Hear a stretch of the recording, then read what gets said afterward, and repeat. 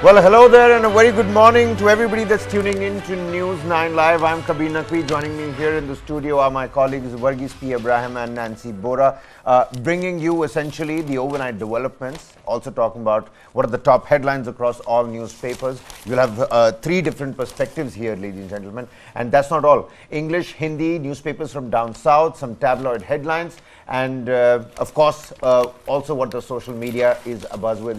We've got Nancy with us here in the studio. If there's a meme that's going viral, she's the right meme lord, and if there's a video that's going viral, well, Varghese knows about it and will throw it up on the big wall over there. But that's not all. The idea is for you to catch the news pulse of the day, and whilst we're breaking those newsroom rigid barriers and structures, how about you also come out of the comment section so that we can actually interact with them also. Right. Help us understand what is it that you'd want us to do. Get down in the comment sections so that we can present and bring to you the right kind of balanced debates, discussions, discourse, whatever the topic requires. And for your perusal, because we have a limited amount of time, we have jotted down a list of stories that we are going to carry out. Of course, right here on the front page, it does talk about ASEAN 2023 and India's links with ASEAN. Prime Minister Modi is in ASEAN. We just got those visuals, in the wee hours of the day at about 4:30 a.m. is when he landed in Jakarta.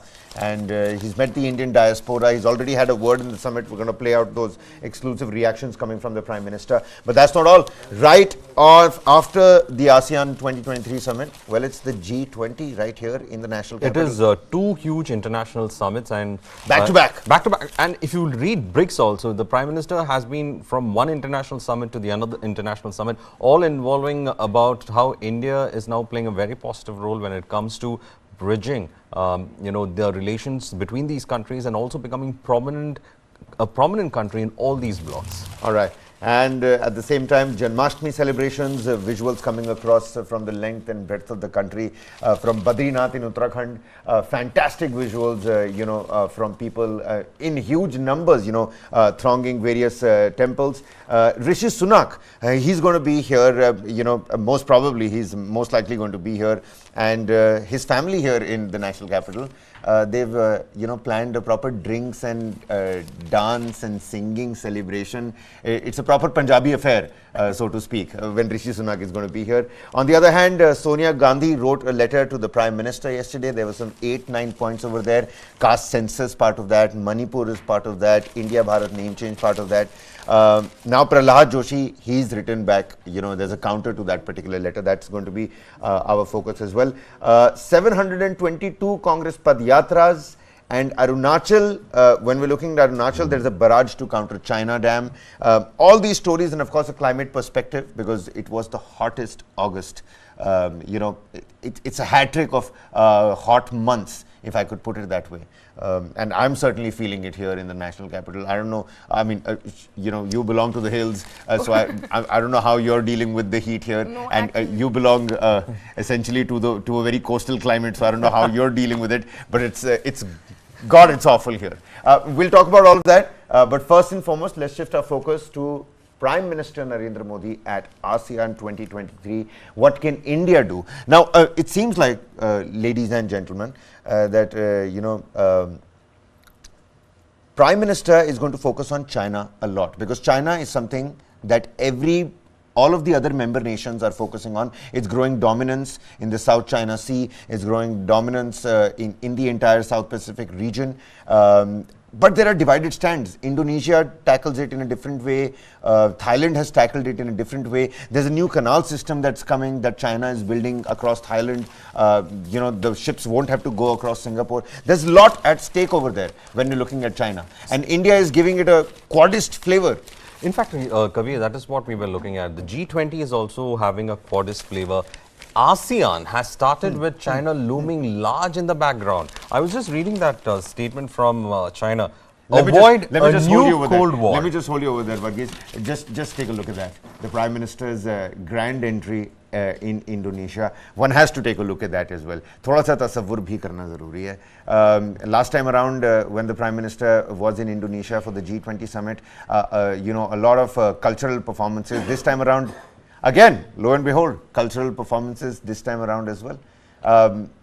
yesterday I was speaking to a couple of diplomats and they said that, you know, what's most important is that when the Prime Minister visited Papua New Guinea, the conglomerate of islands wrote in written, in a written letter submitted to the Prime Minister what they wanted, in terms of their demands, what they wanted Prime Minister Modi to put forth in front of the global leaders on the high table. This is where India has come to. Sorry to cut you short there. No, I was just saying that how China has become a huge factor of focus when it comes to ASEAN and probably even in G20. And as you rightly pointed out, there is a Quadist flavor that's happening in ASEAN as well.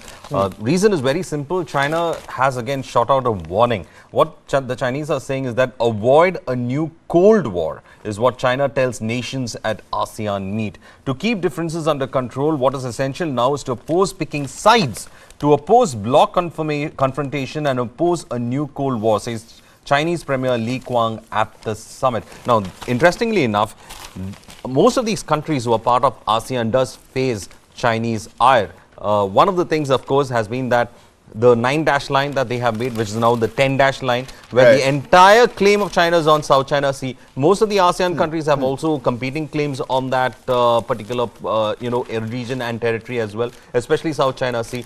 And now China just goes ahead and says that don't join blocs, avoid a new Cold War. The world cannot just go ahead and, try to, in fact, just look at China and just be talking in terms what China wants. China is not the world. China needs to understand its place. And China should also understand that economically everyone is growing. Economically everyone has his interests. You cannot just go ahead and lay claims to all resources in the world.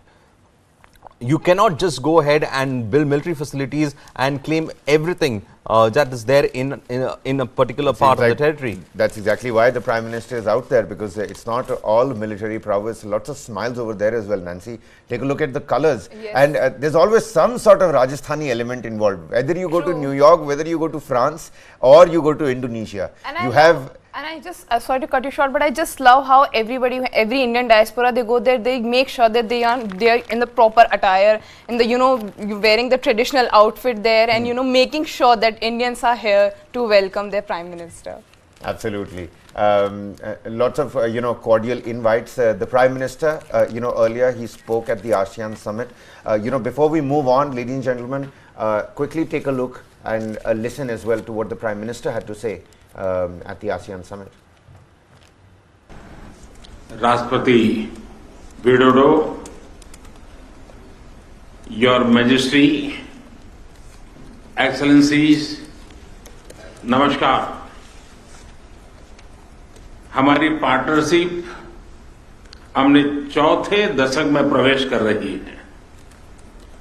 ऐसे में Bharat ASEAN summit उसको को-चेयर करना मेरे लिए बहुत ही प्रसन्नता का विषय है. इस समिट के शानदार आयोजन के लिए राष्ट्रपति विडोडो को मैं हृदय से अभिनंदन करता हूं और उनका आभार व्यक्त करता हूं. और आसियान समूह की कुशल अध्यक्षता के लिए उनको बहुत बहुत बधाई, बहुत बहुत अभिनंदन. कंबोडिया के प्रधानमंत्री हिज एक्सेलेंसी हुन मानेट को हाल ही में पदभार ग्रहण करने के लिए मैं हार्दिक बधाई देता हूं. मैं इस बैठक में ऑब्जर्वर के रूप में तिमोर लेस्ते के प्रधानमंत्री हिज एक्सेलेंसी सेनाना गुजमाओ का भी हृदय से स्वागत करता हूं. योर मैजेस्टी, एक्सेलेंसी, हमारी हिस्ट्री और ज्योग्राफी भारत और आसियान को जोड़ते हैं.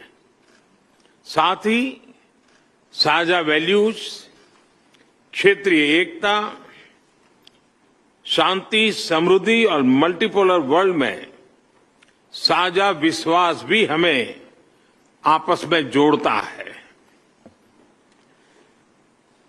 आसियान भारत की एक्ट ईस्ट पॉलिसी का केंद्रीय स्तंभ है. भारत आसियान सेंट्रलिटी और इंडो पैसिफिक पर आसियान के आउटलुक का पूर्ण समर्थन करता है। भारत के इंडो पैसिफिक इनिशिएटिव में भी आसियान क्षेत्र का प्रमुख स्थान है। पिछले वर्ष हमने भारत आसियान फ्रेंडशिप ईयर मनाया और आपसी संबंधों को एक कॉम्प्रिहेंसिव स्ट्रेटेजिक पार्टनरशिप का रूप दिया। योर मैजेस्टी, एक्सेलेंसीज, आज वैश्विक अनिश्चितताओं के माहौल में भी हर क्षेत्र में हमारे आपसी सहयोग में लगातार प्रगति हो रही है। यह हमारे संबंधों की ताकत और रेजिलियंस का प्रमाण है। इस वर्ष की आसियान समिट की थीम है ASEAN matters, epicentrum of growth.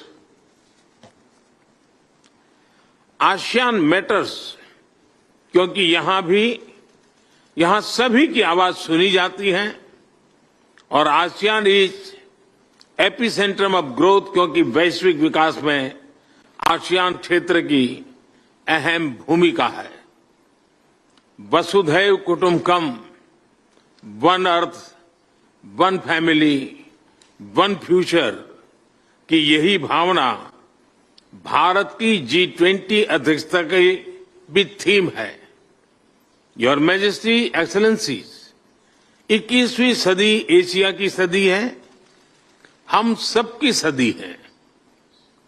इसके लिए आवश्यक है कि हम एक rules based post Covid world order का निर्माण और मानव कल्याण के लिए सबका प्रयास, फ्री और ओपन इंडो पैसिफिक की प्रगति में और ग्लोबल साउथ की आवाज को बुलंद करने में हम सबके साझे हित है।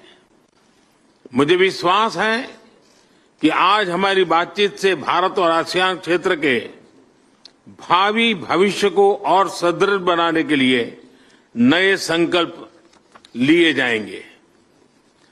कंट्री कोऑर्डिनेटर सिंगापुर आगामी अध्यक्ष लाओ पीडीआर और आप सभी के साथ भारत कंधे से कंधा मिलाकर काम करने के लिए प्रतिबद्ध है। बहुत बहुत धन्यवाद। Well, so a couple of crucial points that the Prime Minister does highlight over there. He talks about that, it's the 4th decade of their partnership. He says that, trade ties are going to grow stronger. And even as we're looking at, all those visuals of, gaiety and all of those visuals of color, there is strong diplomacy that's taking shape behind that color, that cultural performances as well. And he did try to mention the G-20 aspect over there as well. Well, the thing about is that look east policy was conceived, from the time of Vajpayee itself. So the idea has been that it has been continued even under Manmohan Singh. The idea has been that India, which already has cultural engagements with these countries, deepen their economic ties, and as he rightly pointed out, culture and geography unites us. So there are trade routes that connect us with the Southeast nations, and most of them were known as Asian tigers. They have a good, robust economies as such, and we can explore a huge amount of trade only in this area as well. But more than trade, as ASEAN is now looking into, ASEAN could also involve the issue about common security. And I think that common security, the Prime Minister said, free Indo-Pacific region. If you had listened to that, absolutely. So he's also advocating an Indo-Pacific free region, and the kind of tensions that we already see with China looming large in the background over there. But the fact remains is that in ASEAN, India has also raised the issue about security. But we are still continuing with our look east policy, and probably at the first region that would benefit if things fall well with ASEAN would be our northeastern states. And northeastern states will become the connecting, bridging point between India as well as the ASEAN states. It has been a dream that's been there, but till now it's not been achievable. Right, you're absolutely right. And, Nancy, also give us an understanding of, how, even as we're looking at Joko Widodo welcoming the Prime Minister, today the youngsters are so fond of India's foreign policy. They enjoy listening to Dr. S. Jaishankar giving it back to the Western media. I mean, like, it's every other day I see a reel or I see a tweet or I see something trending about S. J. Shankar, like, you know, fiery comment by him. So I get, like, you know, the youth is so much into it and we are understanding. So these foreign relations are, you know, they were not that much important to us before. I think it's just a trend right now that we are so interested that everybody knows that PM is visiting Indonesia, PM state visit to US. It was a big deal for everybody. And we are following it by then, because now we are also understanding the ties, the geopolitical ties. We are physically so proximate. The physical proximity between these nations, ASEAN with India, is so important. But because we have never explored that relations, we have never explored that, you know, ties with these nations, I think that has given China an upper hand. Always. And our northeastern country, like just like a northeastern state, they have been avoided. That is, I think it is very important. So like PM Modi scheduling this meet ahead of G20 and Indonesia also, you know, taking a step forward. Because the Prime Minister could have skipped it, but he did not skip it. You know, and it's a tight schedule, Kabir. He thanked ASEAN member nations ki, you know, thank you so much for facilitating, but they also required somebody like Prime Minister Modi on their dais. Yeah. And they rescheduled the whole thing for it. There was a short break for him so that he can attend. So I think that is a step forward and it's very important for us, and, you know, to explore these ties as well. Absolutely. You know, even before we begin talking about G20, because that's exactly what in chronological order, chronology samjhiye, G20 comes right after ASEAN. So before we move into the G20 you know, segment, let me just tell you what all is going to happen today in terms of you know, Indian Standard Time, so that you don't have to, you know, constantly you know, change the time from what is happening in Indonesia and what's happening over here. We at 3 a.m. was the arrival in Jakarta, after which you know, at 7:30 a.m. this morning he spoke at the ASEAN India Summit, which is what you just heard just a couple of minutes back. At 8:45 a.m. is the East Asia Summit. Then at 11:30 a.m. is his departure from Jakarta. 6:25 p.m. the Prime Minister arrives back in New Delhi, and it's back-to-back G20 mode. Iconic visuals on your screens, ladies and gentlemen. Fourth decade of India's ties with ASEAN nations. Regional stability, countering terrorism, and of course, with the Prime Minister there, the ideals of Vasudhaiva Kutumbakam also being idealized at the ASEAN. Also, most of the ASEAN countries culturally are also, you know, connected with India. So there is some cultural affinity that is there, and India has been trying to engage or use those cultural affinities to engage with the region. But to be very honest, we just woke up to the fact of ASEAN very late. If you look at our policy, foreign policy, you know, kind of a situation, because we were so engaged with the Middle East and with Europe and with the, that somehow we just realized that we just need to look at the East also, where there are so many such economies that could actually be allies and can also help in India expand its footprint. But thank God, at least they had a look east policy. It's been a long way from that right now, and of course the Prime Minister being able to carry forward that legacy of look east policy and making it a pillar of India's foreign policy as well. Right. Myanmar did not get a chance to chair the 2026 edition of the ASEAN Summit, which is something that was welcomed by Indonesia and Thailand in their own respective ways, and several other member nations as well. It's 10 countries strong, the ASEAN Summit. And this time around, you know, interestingly, Justin Trudeau was there. There was a Canadian angle here. Australian Prime Minister Anthony Albanese was there. He's vouched for some 95 million Australian dollars to open up a new link of, you know, trade ties, because everybody here is now understanding that this G7, the elite club, you have to move away from that. It's not only about the G20 or the G20 the or Kshatriyas, essentially the Brahmins and the Kshatriyas. Yesterday, you know, a former diplomat also gave us this analogy. The G7 is actually the Brahmin club, the G20 is the Kshatriya club, and then you have the layman down below. And everybody is now understanding that the actual issues, global issues, which is why, you know, the Prime Minister, the kind of issues that he set forth for G20, at the Quad Summit, at the COP, you know, all these issues that he set forth are going to outlive us, because they're the right kind of issues. Oh, since you brought that Quad issue again, I think in the Indian Express, it is given that India and Japan together have rejected China's China's on ASEAN as well. So it shows that the Quad is playing in the background. The Quad is there behind now Australia every is part summit. of that Australia as well. is, so we probably are going to look at an extended Quad. I mean, Quad, of course, the 4 countries, but probably an extended Quad as such. And if you look at the geography, it makes sense. Till Australia and probably including Japan, it becomes an arch around China. So with ASEAN countries also being warned not to join a bloc, but if ASEAN countries do feel threatened about it, see, ASEAN countries like Vietnam have already had wars with China. So there have been skirmishes with Philippines. That's why they brought up BrahMos systems. Absolutely. We have a defense this thing with it. They have Thailand and others also have engagement with China, but they are worried about China's expansionism. And of course, you know, the claim the countries around the South China Sea, all of them have this big issue about China making it militaristic and laying claim completely to the natural resources. Seems like China's own moves are, you know, forcing other alliances to be more China militaristic. is forcing. China is forcing the world to unite against it. China's policies are forcing. Maybe that's the larger plan over here. But it's not about the larger plan. It doesn't make sense because on one side you're going for Belt and Road initiatives, which you're talking about trading centers, which makes a lot of sense also economically, saying that you connect the world's biggest manufacturing hub and a country with the rest of the world through your large network of roads, inland roads. It tends to move away from you know, a trade through the waters, especially treacherous waters like Malacca. It makes sense. But your roads are being built through really unstable countries. You're talking about your roads going through Pakistan. You're going through some of the countries in Central Asia. A canal going through Thailand. That makes sense, but at least Thailand is stable in that way when it comes to its political economy as well as its democracy, constitutional democracy. Constitutional monarchy and its related democracy. But there are countries that are quite unstable, and then what happens is China's bandwagon of countries are countries that are so unstable and so dependent on Chinese money. At the end of the day, China has its will across all these countries.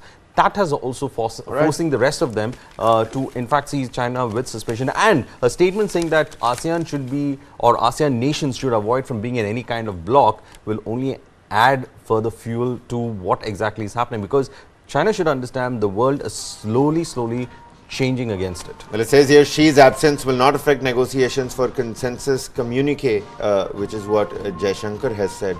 But before we you know, move into G20, because there's a lot to you know, talk about G20, we'll look at Rishi Sunak, we'll look at what Joe Biden will bring to the table, what that agenda is going to look like, and the Prime Minister, even as he returns today, what is his day going to look like over the next couple of days as the head of you know, the Indian state and or the Bharat state, if I should put it that way. What is that going to be like? Let's move on to G20, ladies and gentlemen.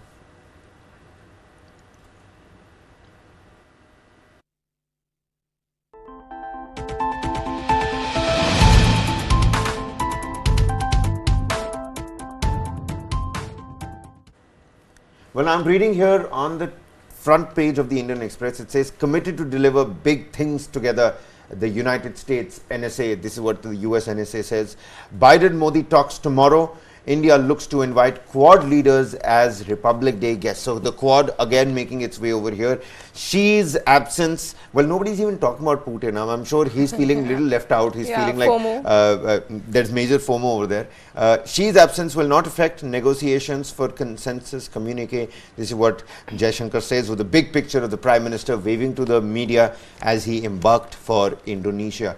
I mean, some of the leaders are already here. You know, they've made their way to the national capital.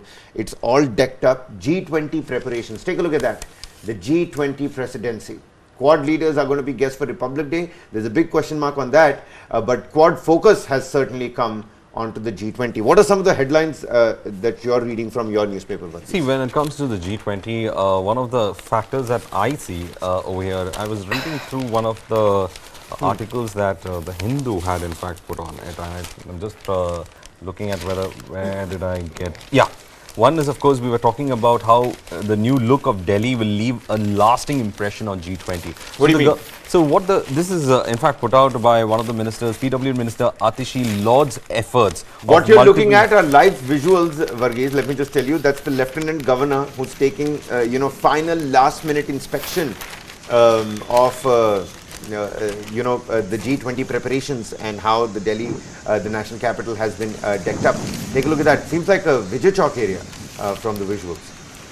Well, so that is what was the PW minister was in fact saying. She was saying that this is going to have a lasting impression upon the people who come for the G20 summit, and the arrival of the heads of there's also something interesting, Kabir, that I wanted to bring to you. The Prime Minister has listed the do's and don'ts for ministers during G20 summit. Okay, I'll just read some. Yeah, it's a very interesting. Let's start with the don'ts. Let's start with the don'ts. So I'm just reading that article, the Hindus. It's a corner page article on page 13, and it's very interesting because it says the arrival of the heads of governments and foreign dignitaries for the G20 summit in New Delhi spurred Prime Minister Narendra Modi to spell out a strict set of do's and don'ts to be observed by his colleagues in the Council of Ministers. On top of the list was a directive that the ministers use the G20 shuttle service to reach Bharat Mandapam, the venue for summit, rather than their official vehicles. Okay. Basically, like, don't add to the traffic that's already. Exactly. and just imagine the Prime Minister taking care of that, as he says, either you take the shuttle service or you walk it. At the meeting of the Council of Ministers on Wednesday, in the presence of Mr. Modi, Foreign Secretary Vinay Quatra made a presentation on protocol and other issues related to the G20 summit. Mr. Modi asked his colleagues to ensure that visiting dignitaries were not put to any inconvenience while in New Delhi for the meet on September 9th and 10th. Mr. Modi made the ministers download the G20 India app and asked them to use the feature of translation of languages. Look at the level at which, the minute details at which he's gone. Mr. Modi, they've asked them to use the feature of translation of languages spoken by the delegates. Sources said the app has instant translation feature incorporating all Indian languages and that of the G20 member countries. So you wouldn't be lost in translation is what is expected because of that particular app. Some of the ministers are expected to be ministers in waiting for the arriving foreign dignitaries. Union Minister State Health SPS Singh Baghel received President of Nigeria Bola Ahmed Tinubu at the New Delhi on Tuesday. So you have to walk your way to the office, you have to be very polite, and of course you can't say that I don't know the language, because you have a tool in your hand. You better listen to it, and you better ensure that whatever the dignitaries want, they are not put into inconvenience. Never a dull moment in the national capital. Never a dull moment. There's some 50,000 pots that have been placed, I was reading, and already 50 cases of theft have been registered in the national capital. So you've got police services that are now guarding just normal flower pots. The police in the national capital is guarding flower pots. Some interesting headlines in your newspaper. Yeah. What newspaper is that? What daily is that? Oh, that's the Tribune, I guess. But I would, but actually I was reading about G20 earlier, and I saw a headline, and there is a proper list of all the leaders and which hotel they are going to stay at. So Biden is going to stay at ITC Moria, and Shangri-La, Rishi Sunak will be staying in the Shangri-La. And I think it's so interesting that, because as he was reading out that he's given a guideline, it sounds like that parents are telling the kids before the guests are going, guys, please behave yourself. Right. Guests are coming, don't misbehave, be polite to them, don't cause any inconvenience to them. Does he know that Rishi Sunak and Joe Biden are going to meet for a late night, midnight tea at the nearby Tapri in Connaught Place? Exactly. So I mean, it's so interesting that we are following such minute details, that where they're staying, what are they going to, and I saw news that G20 delegates are going to be served food in the platter of gold, silver and gold platters. Yeah. I mean, that is so interesting that India is so much. It's like a festival. It's an extravagant affair. It's a festival. When Nancy speaks about this, please understand, whenever G7 or G20 meets have happened in other capitals, you always have left-wing protests happening. You always had, the climate activists also trying to barge into these meetings. Over here, the Prime Minister has effectively made this a kind of a celebration for India, He's also ensured that when it comes to the G20, it is not only an international summit, it is also a summit India's reputation is on the line. And at the same time, he's also made it sure that this is the first time that delegates get a people-to-people kind of a contact. So G20, it's about industrialized nations. Of course, there is an issue about climate change. All those things will be addressed in one of the themes that will be looked into the G20 meets. But unlike the acrimony that you've seen in certain quarters, especially in the West and all, when G7 or G20 used to meet, used to happen, and then you had these series of protests that used to happen against the delegates over a lot of issues. I mean, myriad of issues. There is not a single focus issue. But here, he's made it look very different. He's made it look like, you are coming as our guest. Yes. We will engage with you. Of course, we have serious talks also to be carried out. So that's one aspect of success that the Prime Minister has been able to do, especially when it comes to G20 as a meeting. And it's our responsibility to make this event like, event of the year, because everybody, traffic rules and everything. I saw on Times of India, there is a whole traffic, there is a whole map there, whole traffic regulation that, no, Delhi is not in lockdown, guys, this is open, this is not open. So I think he's made it, you are responsible, you are a responsible citizen of the country. Please make sure that, it's an important thing for our country. Our reputation is at stake. So guys, please, behave yourself. I think that is what he's trying to say again and again. But I think it's so interesting that, everything is delivered by him so accurately, and so the details are so followed, and we are following it so diligently. We have to follow it because, guys, people are coming, they are going to see our country, and we have to represent the best image that we can. There's a little negative light over there as well, guys. Even as we're looking at these beautiful, night visuals, how the city is going to light up. Lots of dogs have been culled. There are reports. Lots of dogs that have been ruthlessly put out of place. Lots of monkeys that have been the atrocities against these animals who can't speak for themselves. That is something that the NGOs are, trying to shine some light on. And also the shanties and the juggies in the national capital, the central Delhi area, they've been covered up. Sort of like a, push the dirt under the rug sort of a situation, something like that. So that is also one aspect to look at. But let's also shift our focus to the United States angle over here, because the committed to deliver big things together, the US National Security Advisor. Just before you go into it, I have a feeling that when it comes, I think the US-India bilateral meet is going to be historic, and it is going to become much more dominating in our news headlines than the G20. I have a feeling for it, but yes, go ahead. No, you're absolutely right on that. I don't understand, why you're having a doubt about that. That is going to happen. Biden and Modi meet. G20 is what? It is G2. Zero ka koi value nahi hai. It's G2. G2. India and United States. That's what we're talking and looking at. No, but away from that lighter note, we do have a reaction of Jake Sullivan, the National Security Advisor, because the White House says if China wants to play spoiler, that option is available to it. Well, don't know, don't care. Listen in to what Jake Sullivan had to say. He leaves tomorrow, and he's very excited about the important initiatives that he will be championing at the G20.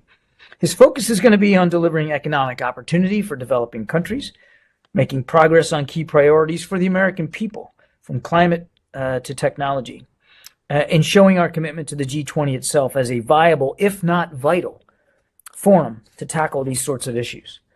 Of course, now we're grateful for Prime Minister Modi's leadership during India's presidency of the G20, and the President is certainly looking forward to his bilateral meeting with the Prime Minister shortly after his arrival in New Delhi. He's also looking forward to warmly welcoming the African Union as a permanent member of the G20, the newest permanent member. And we believe that the African Union's voice will make the G20 even stronger than it already is. Well, I certainly apologize. That was John Kirby, the National Security Council head, not the National Security Advisor. But what do you make of John Kirby's statement over there? See, John Kirby's statement, two things are there. One is the admitting African Union as the newest permanent member. Which is what Prime Minister has also said. Yes. Yeah. So that is going to be historic. So this G20 has a lot of historic moments to it. One is Africa's entry into the G20, because it is one continent that with so many countries which are so resource rich, and of course China has already been far ahead of us and many other countries when it comes to engaging with African countries, especially on their economic front, and also to exploit the natural resources of that continent. they are quite far ahead. But anyway, better late than never. But still, African Union now getting a huge part of global South is going to be represented in one of the biggest international blocs in the world. And you know, it's good that they're being represented. It is great that they're being represented because the voice in Africa is something that tends to have died down every time, you know, we talk about big international summits. But Africa too has a lot to say, and Africa is also changing, Kabir. Africa is looking at economic growth in many places. It's no longer a continent, you know, that has a lot of these civil strifes and you have dictators. It has become past. Africans are also speaking about GDP. Africans are also speaking about services. Africans are also speaking about mining, industries, and development. So everybody is focusing upon how their country and their people can get the best out of the global economy, and African Union's presence is going to be an important milestone in it. And we've always supported African nations, whether it was in NAM, the non-alignment movement, which was the last time we went ahead and invested a lot when it comes to an international organization. But this time promoting Africa as well when it comes to the G20 speaks about the fact that Africa has also arrived when it comes to industrialized nations. Absolutely. I'm just going to quickly take a look at how the Times of India is placing it. Well, it does talk about the Sanatan Dharm remark of Udhayanidhi Stalin, which is something that we will touch upon in just a short while. But they do cover G20 specifically very nicely. All right, the traffic advisory has been given on a full-blown page over here. Do check out the Times of India and, of course, the Delhi Police's website as well, if you want to understand what really is happening on the traffic curbs' end. Red carpet, Delhi goes into override to make stay of foreign dignitaries comfortable and memorable. Star-studded lineup, who stays where? You were right actually there, Nancy. I'm just going to quickly read it out. ITC Maurya is going to welcome Joe Biden. Taj Palace is going to, host China and Brazil. Claridge's will host France. Imperial Hotel is going to host Australia and Indonesia. Taj Mansingh is going to host the UAE, Nigeria, Netherlands, Spain, Mauritius, the World Bank, the IATF. Saudi Arabia is going to lodge at the Leela. Japan and Canada are going to lodge at the Lalit. Turkey and Russia at Oberoi. UK, Germany at Shangri-La. Oman is going to stay at the Lodi. Some rooms for China at the Ashoka. The Grand is going to host Bangladesh. Singapore and Italy go to Hyatt. Sheraton is going to host Comoros, Egypt, Mexico, OECD. Pullman's is going to host Argentina, and Marriott is going to host South Africa. I really like it that rest all our countries, but Joe Biden is going to be welcomed by ITC Maurya, not the United States. It's going to be Joe Biden. And there are several pictures, how the JW Marriott, the Claridge's, special platters with the theme of G20 focus, they've been put out. Guns and Roses, armory at hotels if things turn bad. Oh, okay. Yeah. They're Guns and Roses, like straight out of a Hollywood movie. Guns again. Roses. You press a button, windows just suddenly open up. You can pull out that gun, start shooting, something like that. We already have those snipers in various. You remember those movies like Olympus Has Fallen and right? It gives you that vibe of those movies.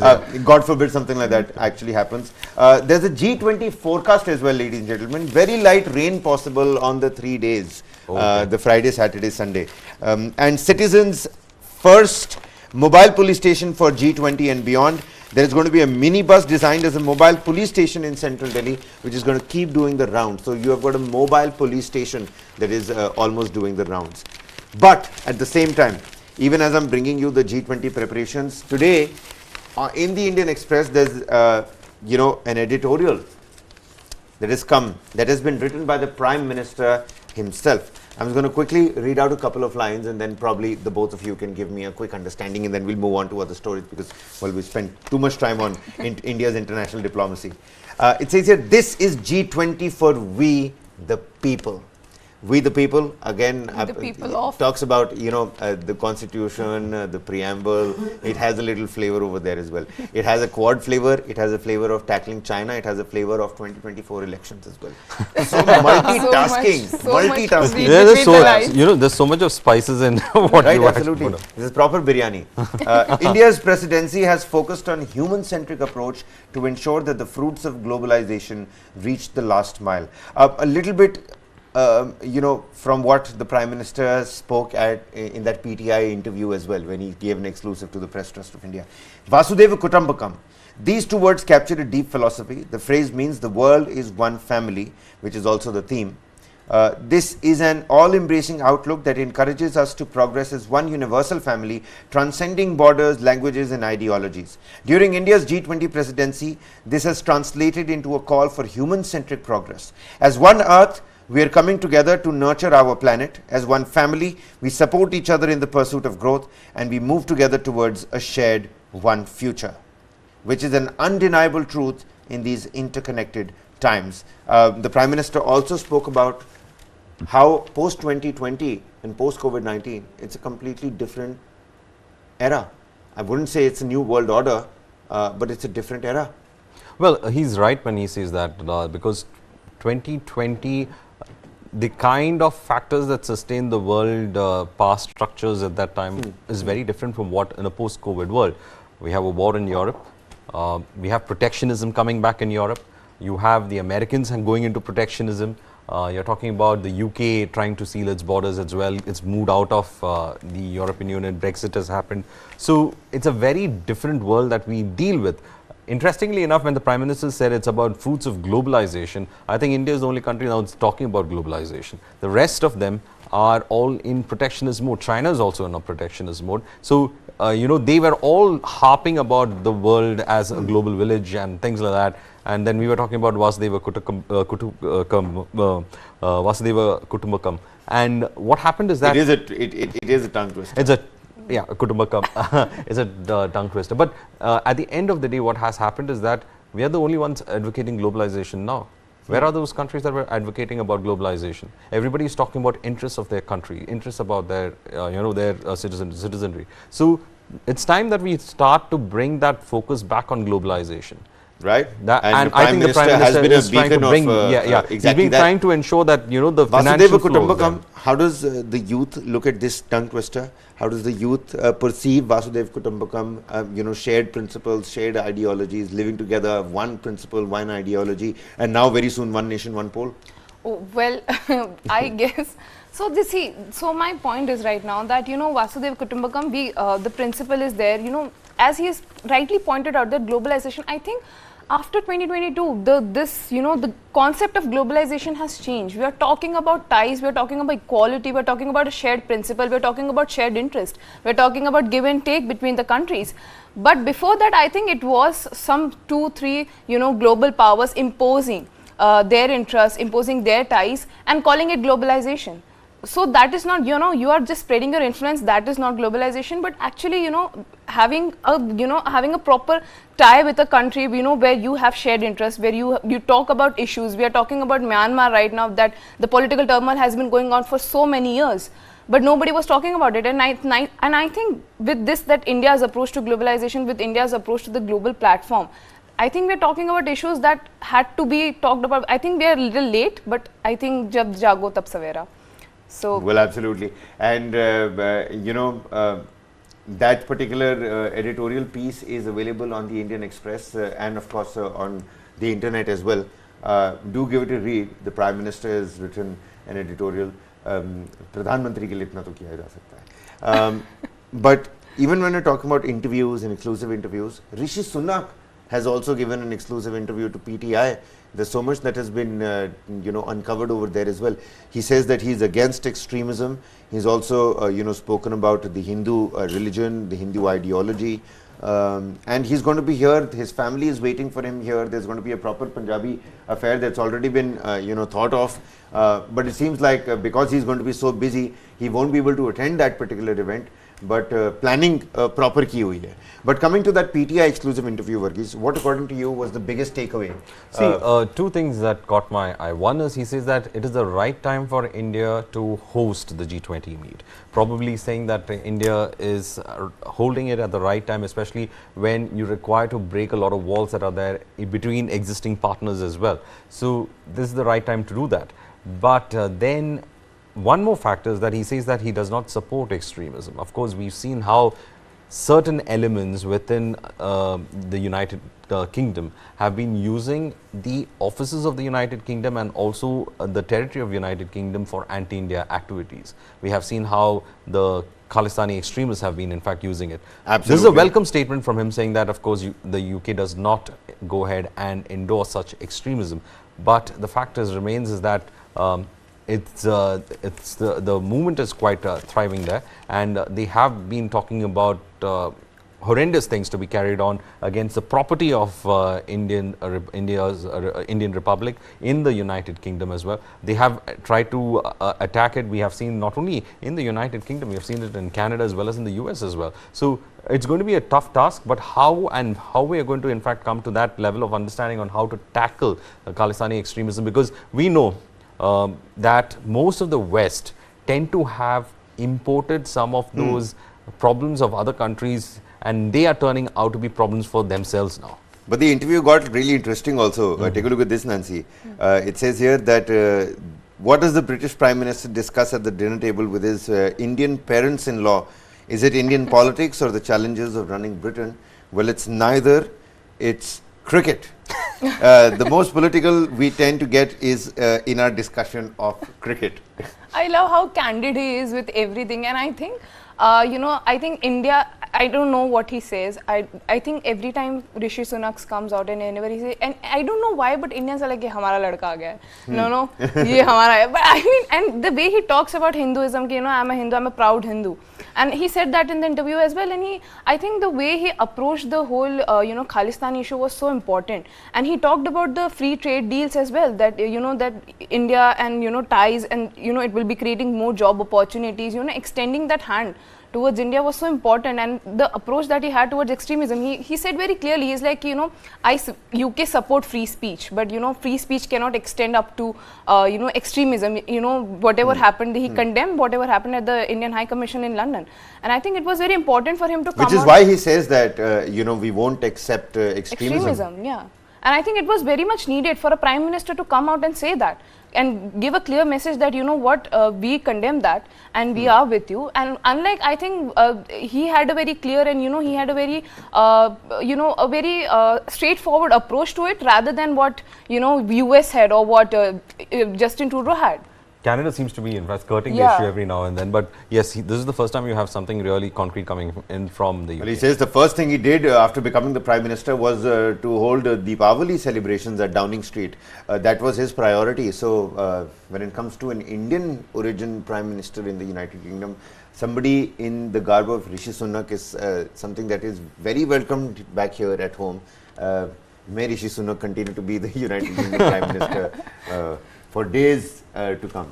All right, let's come back to domestic politics, ladies and gentlemen. Let's come out of international diplomacy, because a lot is going on back at home as well.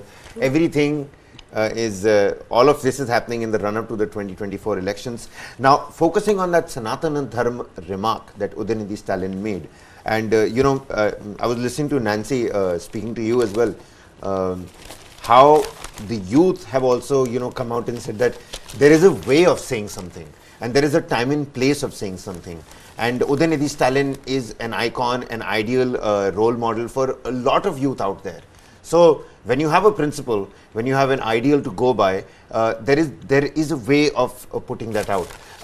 Many people out there said that when you use malaria and dengue in the same sentence, that sort of like, took the actual message that he was trying to say. So I was, as you rightly pointed out, Kabir, we've been having debates on this, and I've been speaking to a lot of people on the ground as well.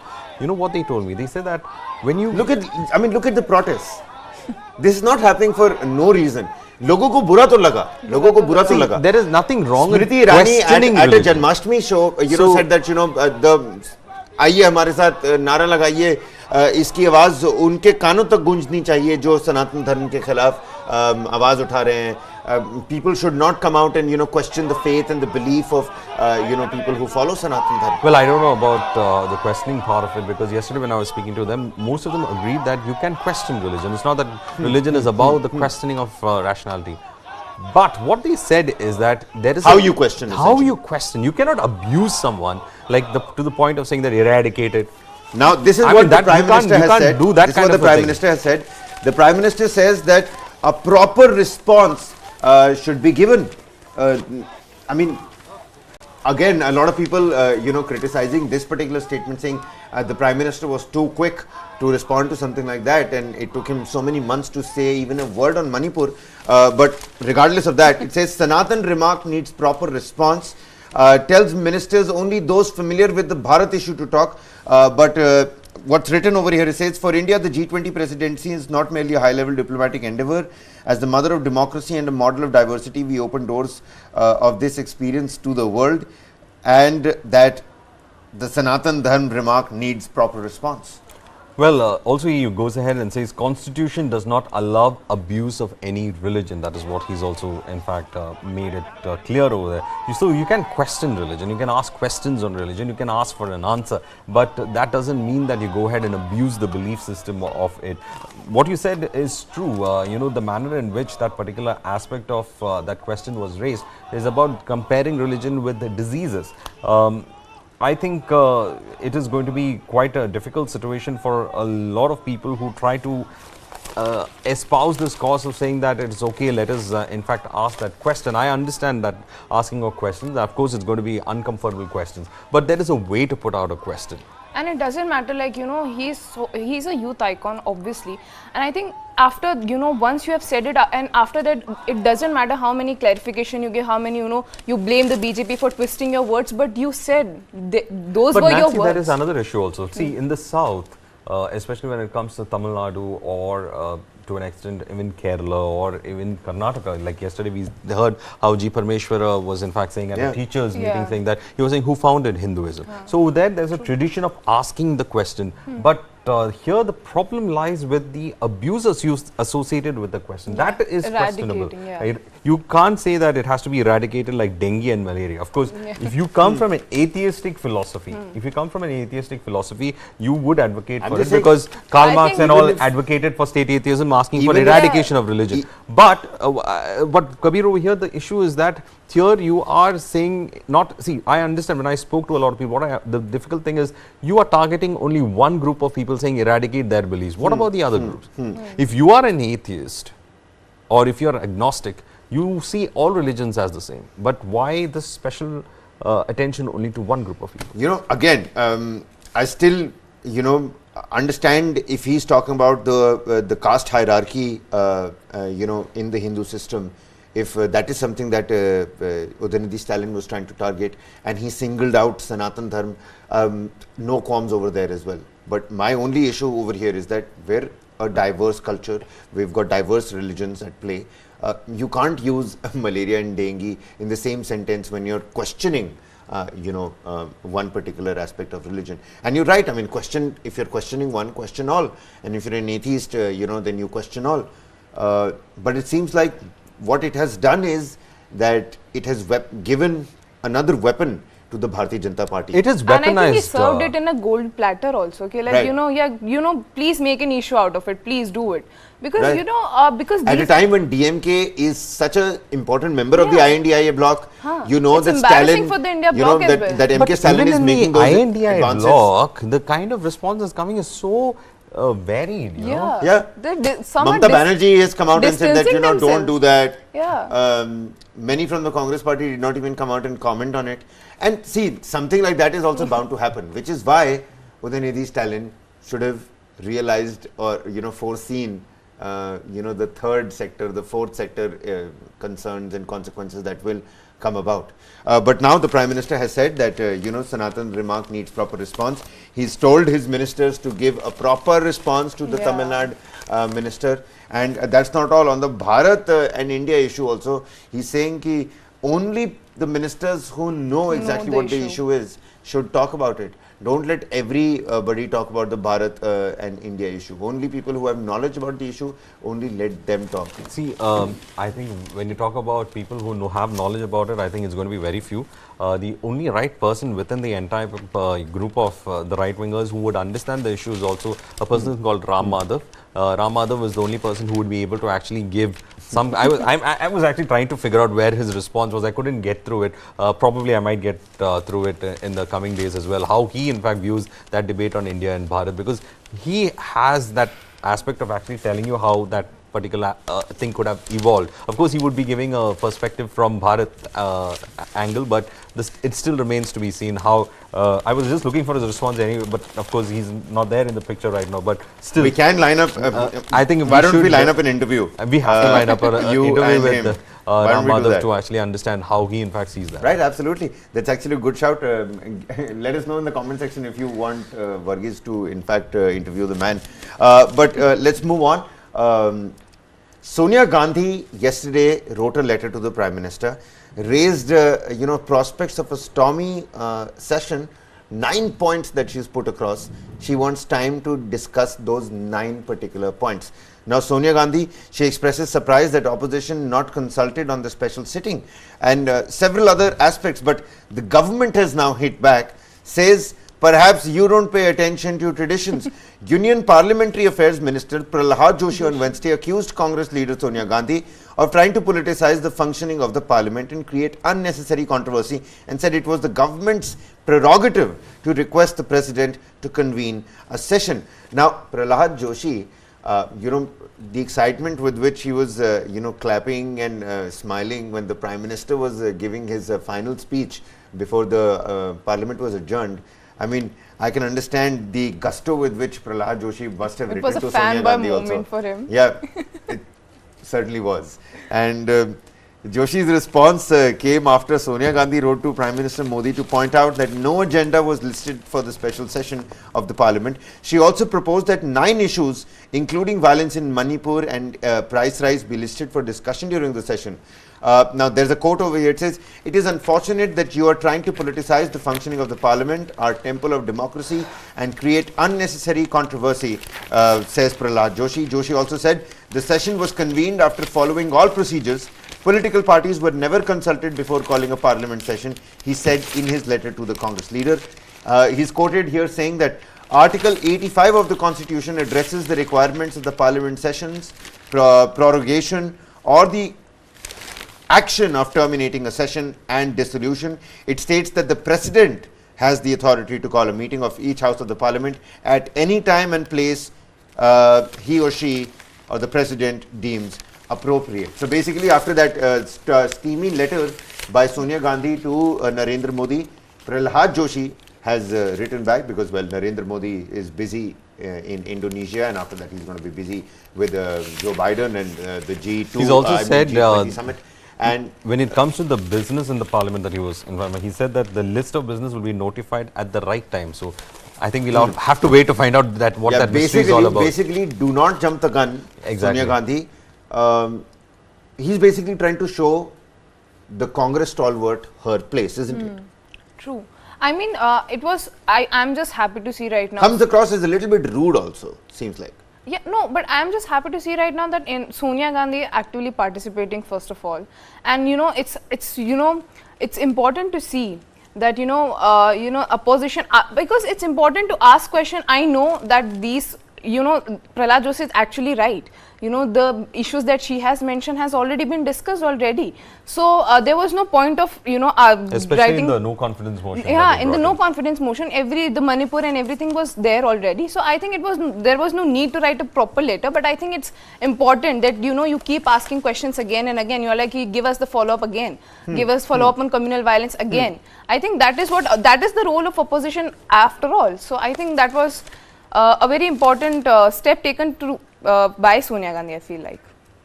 Yeah, absolutely. And even when we're talking about how Sonia Gandhi is now, now approaching active politics, something that again... It's good to see her in the meetings, in the parliaments. It's nice. But the person is, see, Sonia Gandhi, if you look at the kind of politics that we have seen, more than Rahul Gandhi, it looks like some kind of backroom talks have been carried out by Sonia Gandhi. Most of the alliance partners in that 28 INDIA alliance have probably come after Sonia Gandhi has given them a call compared to the rest of them. That's also true because it seems like Mallikarjun Kharge has too much on his plate as well. He's, there's Haryana infighting that now comes to light with Hooda and Surjewala going. You've had, T.S. Singh Deo and Bhupesh Baghel happening in Chhattisgarh. You've had Captain Amrinder Singh and Navjot Singh Sidhu. They lost Punjab because of that. And it's always a young versus the old. I think Congress is in the throes of a generational change, and the old guard is yet to, in fact, G-23 in itself was a group of dissenting leaders. I fail to understand. You had a group of people who went straight against you, the party leadership, everything, and now you have accommodated. Some call it pragmatic approach, some call it pragmatic politics, trying to bring the issue to the ground to ensure that they don't create any big rifts as such. But then I don't know, it's actually complete indiscipline that happened to a large extent. So do they actually have hold or sway over the party and its discipline is a big question that need to be asked. But take a look at this. Let's shift our focus here, ladies and gentlemen, even as we're talking about the Congress party and how Nancy put it, Sonia Gandhi is actively participating in these, on the political chessboard ahead of 2024. Congress is going to carry out 722 padyatras. I mean, where is this information essentially coming from? Where are these padyatras going to be carried out? People were saying that another Bharat Jodo Yatra from the west to the east is now on the cards. They're celebrating a year of Bharat Jodo Yatra. A year of Bharat Jodo Yatra, 722. Why this number? Is there something special about this number?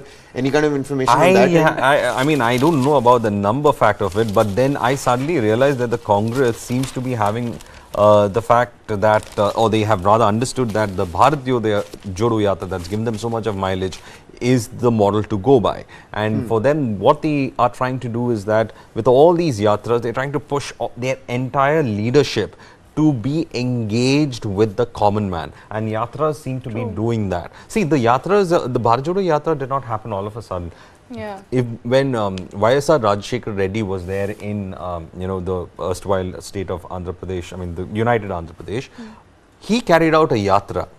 There was a movie also made with Mammootty was playing the role of YS Rajshekhar Reddy, and how Congress came to power. He carried out a yatra, and in that yatra it was very simple. He went from one part of the state to the other part, end of the state, and he spoke to all those people, spoke up their concerns, and he became one of the most powerful chief ministers in the country. So the yatra that the Congress is talking about has that potential. So they want the local leaders also involved in it.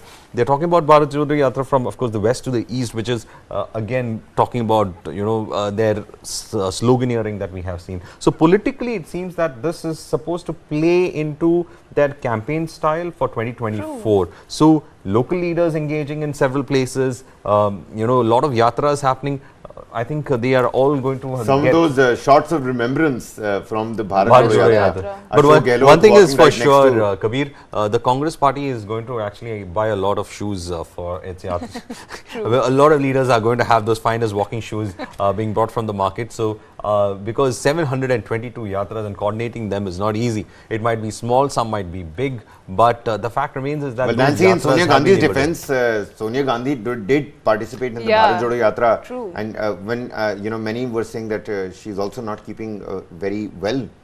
And I think it's so important for Congress to, change that image, because I think BJP has portrayed Congress party as a very sophisticated party that, exactly, it doesn't have, you hit the nail on the head. In fact, what you said is absolutely right. Yeah, it's a sophisticated party. They won't, they won't walk between the locals. They are not going to talk to you. They are not going to come and listen to your issues. And that is exactly what Rahul Gandhi just did. He was like, I'm going to walk between, and I'm going to talk to villages. I'm going to go to random tea shops. I'm going to drink this local food, drink this tea and all. I think they changed the image of Congress, and I think this Padyatra and this is the right way for them. I think they're going to do. I'm really excited to see the outcome of these yatras. That what it's going to do for Congress is just going to be very interesting. Well, Kabir, there's this grassroots engagement that we talk about, and probably I think that is what is happening right now. They're trying to get back to their grassroots engagement. All right, then let's shift our focus. Let's also talk about how India is, battling and tackling the dragon on the Arunachal front. Arunachal CM says that the government is going to counter the China dam with the Siang barrage. The centre proposes to construct a large barrage on the Siang River in Arunachal Pradesh to keep it alive in the face of potential threats from a huge dam being built by China upstream on the Yarlung Sangpo River in the neighbouring Tibet region. Chief Minister Pema Khandu has told the Assembly yesterday. Now responding to a 0-hour discussion initiated by Congress's Lambo Tayang, the CM said China decided to build the 60,000 megawatt dam in Tibet as part of its 14th 5-year plan. Its impact, he said, would be felt in Arunachal and even Bangladesh, which is why there's a new barrage that's coming up on Siang. When we talk about the Siang River, which we call as the Brahmaputra River, right? The project on the Siang or Yalang Sangpo, as it's seen in Tibet, has been going on for quite some time. If you ask the people who are on the lowest stream of, that is, we are the lowest riparian country for this. In Arunachal Pradesh, they have been actually finding out that construction material and cement has been flowing in, which is to say this huge dam is coming in. We have already raised our concerns with China. Brahmaputra is the lifeline when it comes to the northeastern states. And China seems to be trying to, build a dam over there that tends to be used or weaponized to go ahead and strangle the northeast. And I mean, where all will China go on with this aggression? China is going on aggression on every front of its border. So the Chinese have been saying that it's a run of the mill kind of a water kind. It's a run of a water kind of a dam where the water keeps flowing to generate electricity and doesn't divert. But there are experts who are concerned that the actual plan of the Chinese dam is to divert the river's waters towards the parched areas of Tibet. So the flow of water downstream could be affected. Absolutely. I'm reading right here, take a look at this and, look at the chance. It says, amid China muscle flexing, Prime Minister slams might is right culture. Unilateralism can disrupt supply chains. Even as, Bharat Mandapam, and we're already showcasing all those visuals of how Delhi is almost ready for the G-20. The Prime Minister says that, might is right, is the right culture to go about it. And I think that's what the Arunachal CM is also doing. I'm reading here, it says, the Arunachal CM said that he would visit the Siang Valley on Thursday to request the villagers to cooperate with the central authorities and allow a survey and other groundwork for the proposed barrage. Once the survey is completed, the centre can give us a clearer picture of the matter. But it seems like with the Vibrant Villages program, what Amit Shah has also been doing, under his leadership in the home, at the helm of affairs in the Home Ministry, response has been a little more swift, a little more quicker when we're trying to tackle China on all these fronts. Well, the Chinese, this might is right kind of a thing, I just remind that China just seems to be throwing its weight around. It's just throwing its weight around its neighbors. It says that our terms or no terms at all. This is the kind of might that they are trying to put. Of course, the Chinese have a huge financial might. They are the second largest economy of the world, and they are on the verge to become the largest in the coming days. But the fact remains is that they are also an aggressive, expansionist power that needs to be checked. And I think it was high time that India responded to that aggression with aggression. And that is what India is actually trying to do. Like, see, there is going to be active survey if the water is getting diverged or not. Right. And he's going to go there. The center is also, actively participating in it. So I think this is very important step that we have to take, and we have to, because this, as you said, this issue has been going on for so long, and we have raised this issue politely as well. We have shared our concerns. We have been raising our concerns with China from, 1960s onwards, politely. This is not the India of 1962. I think they got an idea of it when it happened in Galwan. But the fact remains is that still we need to have clarity about where or when are you trying to go ahead and resolve the border issues. We cannot have these border issues going on like this, because at the end of the day, and China believes that China should be the only preeminent power in Asia, and no other nation should come close to it, which is not a possibility. It cannot just be at the high table and say that I am the one who's going to dictate terms in this region. All right, should we also quickly look at some Janmashtami celebrations that are taking place across the country? Visuals coming across from Badrinath in Uttarakhand. That is something that one can look at, and from other places as well. Janmashtami, what was Janmashtami like celebrating for you, Nancy? What was it celebrating Janmashtami back at home? For me, it was a very, it was a very close-knitted festival that I used to. My most important, I think the highlight of Janmashtami was the fast, because it was the hardest thing to get over it. Because, you can't eat anything for the whole day, and then in the midnight there's a puja, because, you're celebrating the birthday at 12 a.m. sharp. So I think it was very interesting to celebrate, and I think I used to love and go that Handi festival, because Handi Tor, and used to see the pyramids, human pyramids. I think I don't see it more often right now, like I haven't seen it for like ages.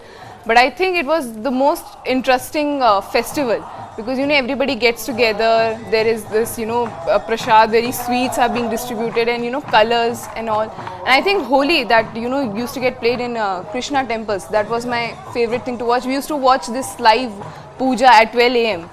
Every Janmashtami. So yeah, it was one of my core memories. Krishnji's teachings are, so many. I mean, thousands of teachings, and Bhagavad Gita, of course, also, the principles and ideas shared in that, literature is something that I still hold very close to my heart. What, according to you, is some of the biggest teachings of Krishnji?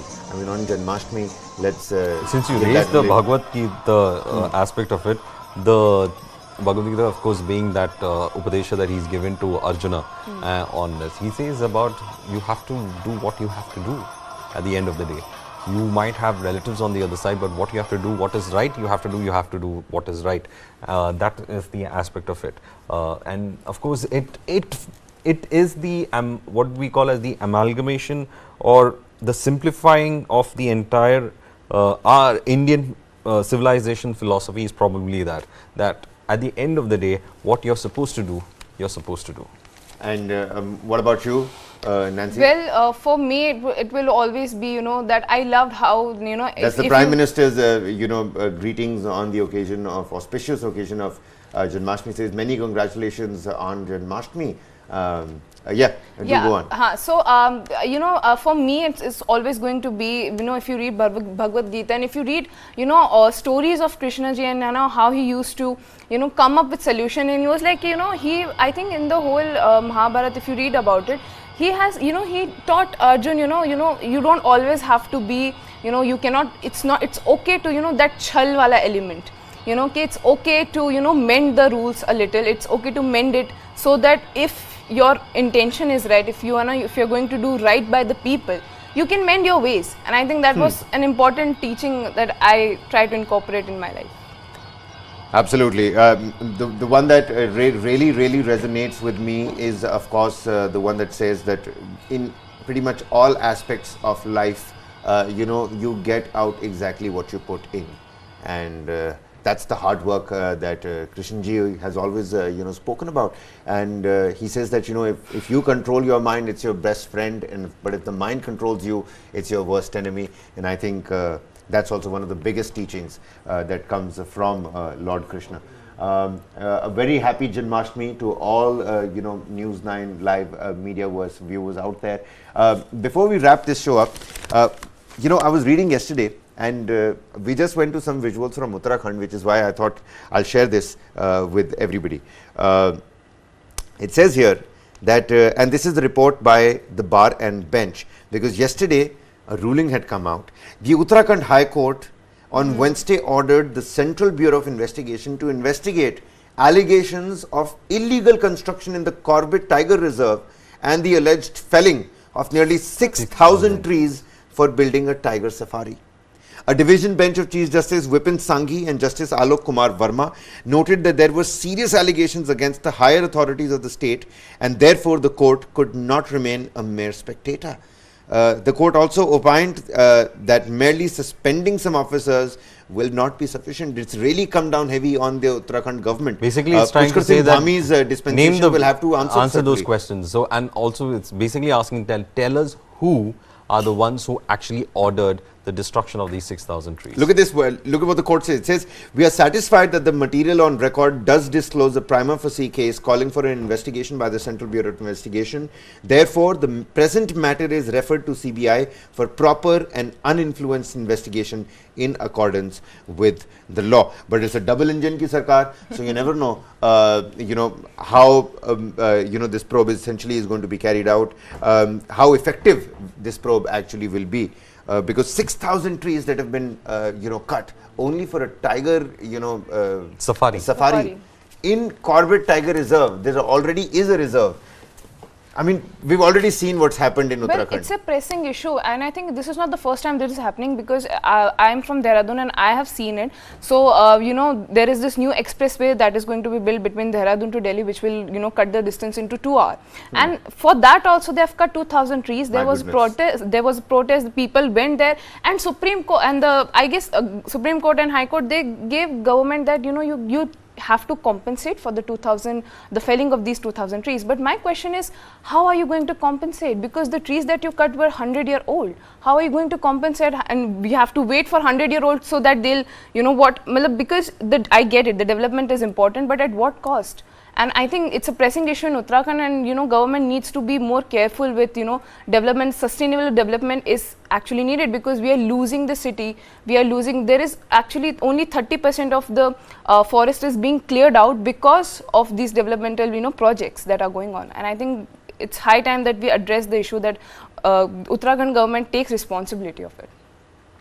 Well, I think that's actually the right way of looking at it.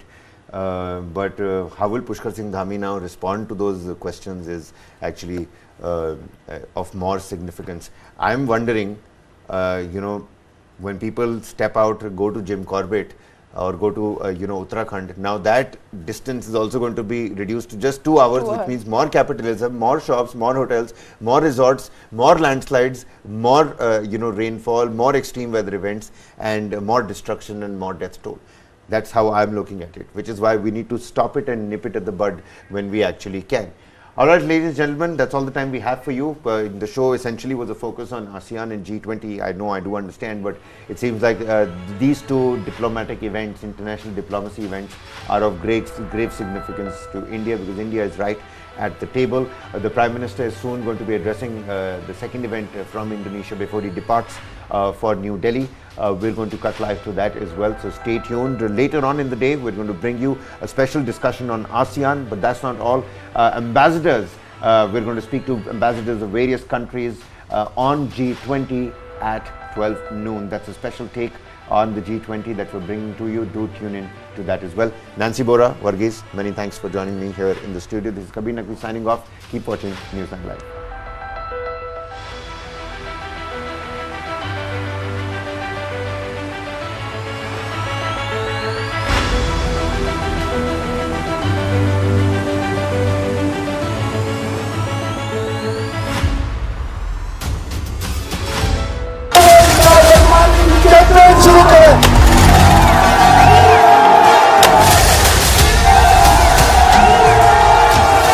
मैं इमरान अहमद खान नियाजी सबके दिल से हल्फ उठाता हूँ. When Imran Khan came initially into politics, he thought his personal popularity would be sufficient for him. It didn't happen.